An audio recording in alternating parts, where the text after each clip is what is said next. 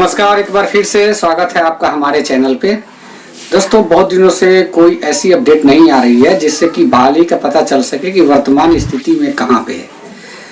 ऐसे में मैंने जो भी सीनियर हैं उनसे संपर्क साधने का भी कोशिश किया ताकि कुछ बहाली से संबंधित कुछ खबर मालूम चले, लेकिन स्थिति अभी ये बनी हुई है कि किसी भी प्रकार का कोई ऐसा न्यूज़ नहीं आ पा रहा है जिससे कि हमें लगे कि हाँ, ये हमारे फायदे की चीज़ है और वो सुन के भी हम संतुष्ट हों। इसलिए मैं बहुत ही सोच समझ कर आजकल वीडियो बना रहा हूँ। जो भी अपडेट दूँ वो सही अपडेट दूँ इसके लिए।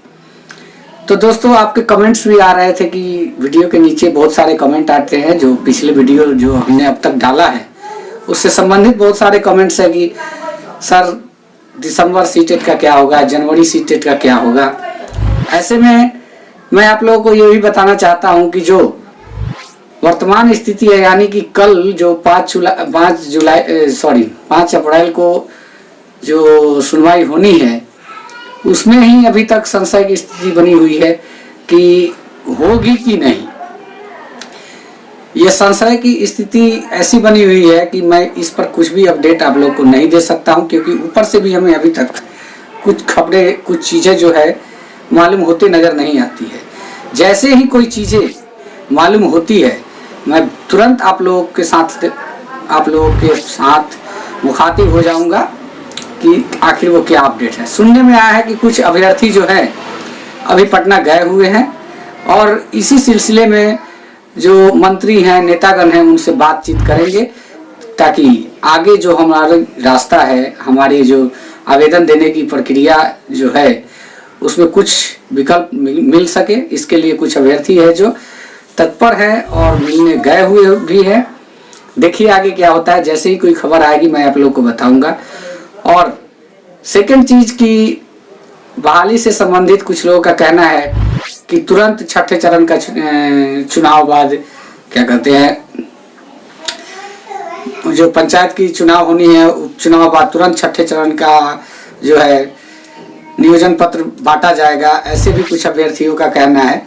लेकिन मैं बता दूं कि ये खबर अभी तक ऐसा ही, पिछले सारी खबरों को देखें और सुने तो बहुत सारे मंत्रीगण, नेतागण, अधिकारीगण के द्वारा ये बातें कही गई है कि जल्द ही इस पर कुछ विकल्प निकलेगा और जल्द ही नियोजन प्रक्रिया शुरू होगी और जल्द ही आप अभ्यर्थी जो है स्कूल में होंगे।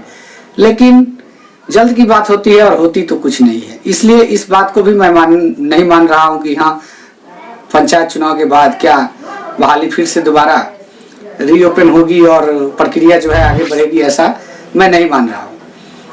और दूसरी चीज, और एक चीज है कि हम लोगों के संबंध में डोमिसाइल के साथ बहाली होती, आवेदन प्रक्रिया फिर से होता तो हम लोगों को भी मौका मिलता। ऐसे भी बहुत सारे कयास हैं। तो इसके लिए एलपीए का जो केस है उसकी सुनवाई का तारीख ही अभी तक सुनिश्चित नहीं है, तो इस तरह की बातें भी करनी निराधार है। हाँ, एक चीज और है, कुछ लोगों का कहना है कि छठे चरण का जो बहाली है, प्रक्रिया है, उसको चलने दिया जाए और 7वें चरण में हम अपने आवेदन की और नियोजन की बात करेंगे।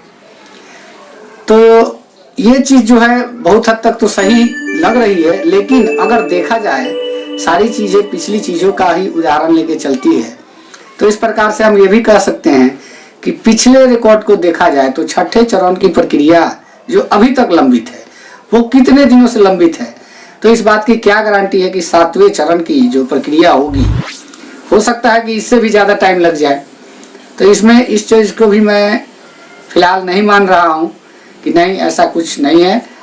गवर्नमेंट के पास सीटें हैं, गवर्नमेंट अगर चाहती तो इसी में सीटों को बढ़ाकर और हमें भी आवेदन करने का मौका प्रदान करती और हमें भी एक मौका समय रहते हुए मिल जाता। अब जहाँ तक समय की उम्र की बात है, तो मैं अपनी बात करूँ तो अगर मैं विद्यालय जाता हूँ तो 25 साल, 27 साल अगर आज ज्वाइन करें तो 27 साल नौकरी करने को मिल सकता है, यानी कि 30-35 के आसपास हम भी हैं। तो कहने का मतलब ये है कि अगर और 10 साल निकल जाता है तो नौकरी करके क्या होगा, ऐसा मेरा भी मानना है। हमारे तरह कई अभ्यर्थी हैं जिन पर ये उदाहरण बहुत ही सूट करता है कि अब क्या हो पछतात जब चिड़िया चुग गई खेत। तो कहने का मतलब कि वो